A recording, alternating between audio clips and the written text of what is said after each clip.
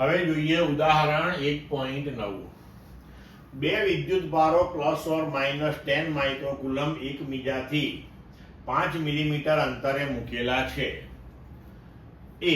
આકૃતિ એમાં દર્શાવ્યા મુજબ ડાયપોલની અક્ષ પરના તેના કેન્દ્રથી 15 સેન્ટીમીટર દૂર ધન વિદ્યુત ભાર બાજુ આવેલા P બિંદુએ અને B આકૃતિ B માં દર્શાવ્યા મુજબ O માંથી પસાર થતી અને અક્ષને લંબ રેખા પર O થી 15 સેન્ટીમીટર દૂર રહેલા Q બિંદુએ વિદ્યુત ક્ષેત્ર શોધો.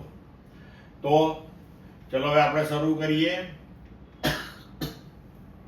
પહેલા પ્રશ્ન એ જોઈએ કે ડાયપોલની અક્ષ પરના P બિંદુએ વિદ્યુત ક્ષેત્ર શોધીએ આપણે. બરોબર? તો ડાયપોલની અક્ષ પરનું આ P બિંદુ 15 સેન્ટીમીટર અંતરે છે. બે વિદ્યુત ભાર વચ્ચેનું અંતર 5 મિલીમીટર આપ્યું છે આપણને. તો હવે આપણે પહેલા ધન અને ઋણ વિદ્યુત ભારનું જે ક્ષેત્ર છે એ સ્વતંત્ર રીતે શોધી અને એનો સદિશ સરવાળો લઈને પરિણામી શોધીએ. બરોબર? તો જુઓ કે +10 માઇક્રોકુલમ વિદ્યુત ભારને લીધે P આગળનું ક્ષેત્ર તો કે 1/4πε0 Q. તો 10 માઇક્રોકુલમ એટલે 10 × 10⁻⁶ તેને સીધું જ 10⁻⁵ લખ્યું આપણે. અને 1/r². તો કેન્દ્રથી અંતર કેટલું થયું અહીંયા? તો 15 સેન્ટીમીટર આપણને કેન્દ્રથી અંતર એમણે આપેલું છે, પણ આપણે હવે +10 થી લીધું છે. તો કેન્દ્રથી +10 સુધીનું અંતર 2.5 મિલીમીટર થશે, એટલે 0.25 સેન્ટીમીટર. એટલે +10 થી P નું અંતર 15 - 0.25 એનો વર્ગ, અને એ સેન્ટીમીટરમાં છે એટલે એને મીટરમાં ફેરવવા 10⁻² લેવું પડે. એને આપણે કૌંસની બહાર લખ્યો એટલે એનો સ્ક્વેર લખ્યો આપણે, તો 10⁻⁴. હવે આને તમે ઉકેલશો તો જવાબ મળશે 4.13 × 10⁶ ન્યૂટન પર કુલમ. હવે એ B થી P ની દિશામાં હશે. બરોબર? કારણ કે અહીંથી બહાર જતી દિશામાં. હવે -10 માઇક્રોકુલમના લીધે આ જ રીતે તમે શોધી શકો.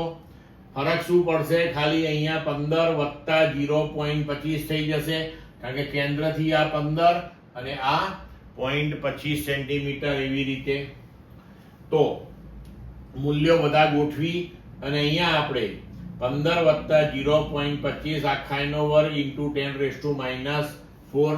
આને આપણે ઉકેલીશું તો જવાબ આવશે 3.86 × 10⁶ ન્યૂટન પર કુલમ.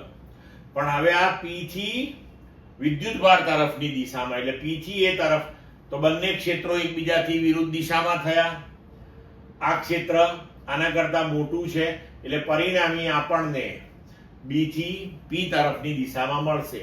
હવે બંનેનો આપણે બૈજિક સરવાળો લઈ લઈએ. બરોબર? તો P આગળનું પરિણામી ક્ષેત્ર, એક ધન અને એક ઋણ, તો E+ - E-. તો 4.13 - 3.86 × 10⁻⁶ આપણે કોમન લઈ લીધું. તો આનો જવાબ તમને મળશે 0.27 × 10⁶.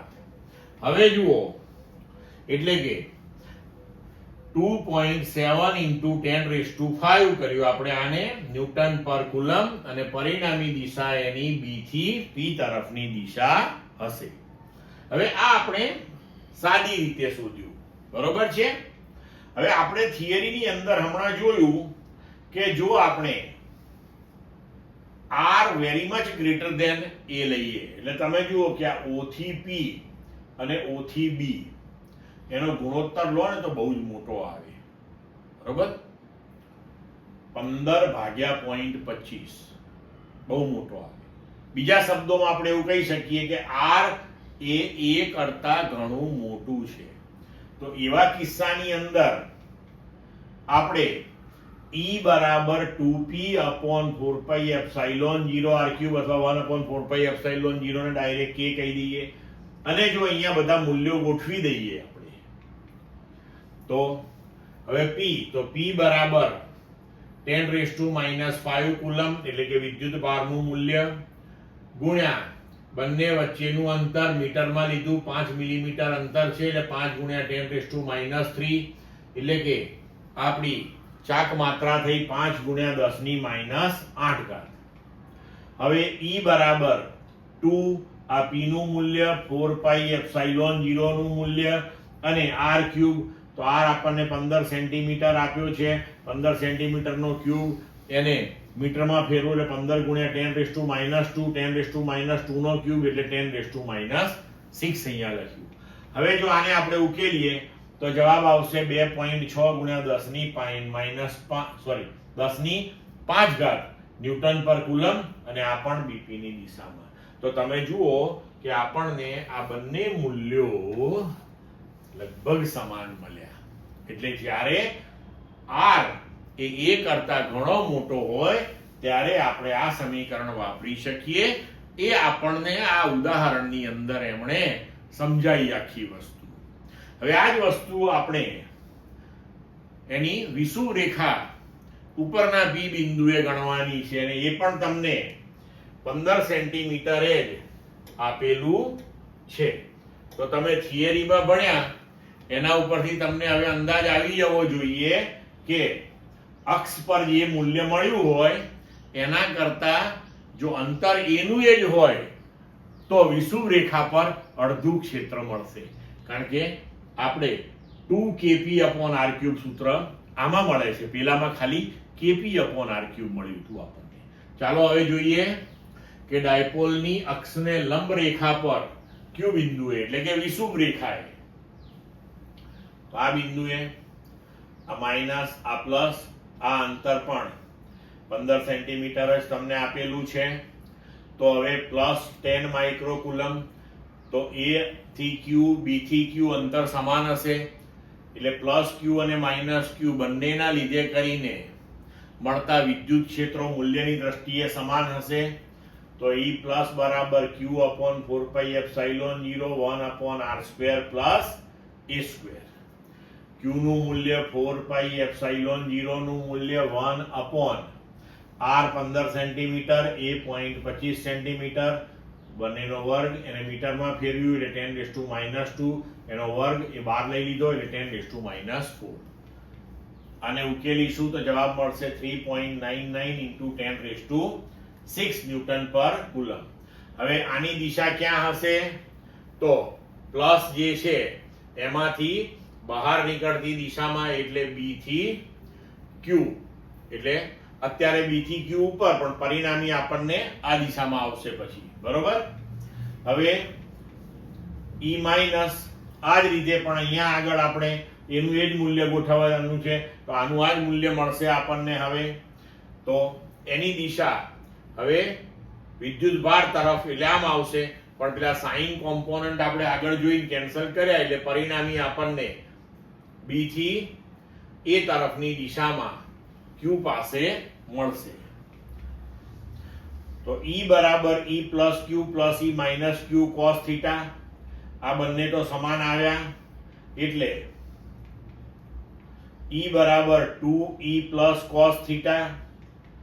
તો મૂલ્ય ગોઠવી દઈએ 2E પ્લસ નું મૂલ્ય cos થીટા બરાબર પાસેની બાજુ ભાગ્યા કર્ણ એટલે a કેટલો છે 0.25 સેન્ટીમીટર કર્ણ √r² + a² એટલે 15 નો વર્ગ વત્તા 0.25 નો વર્ગ.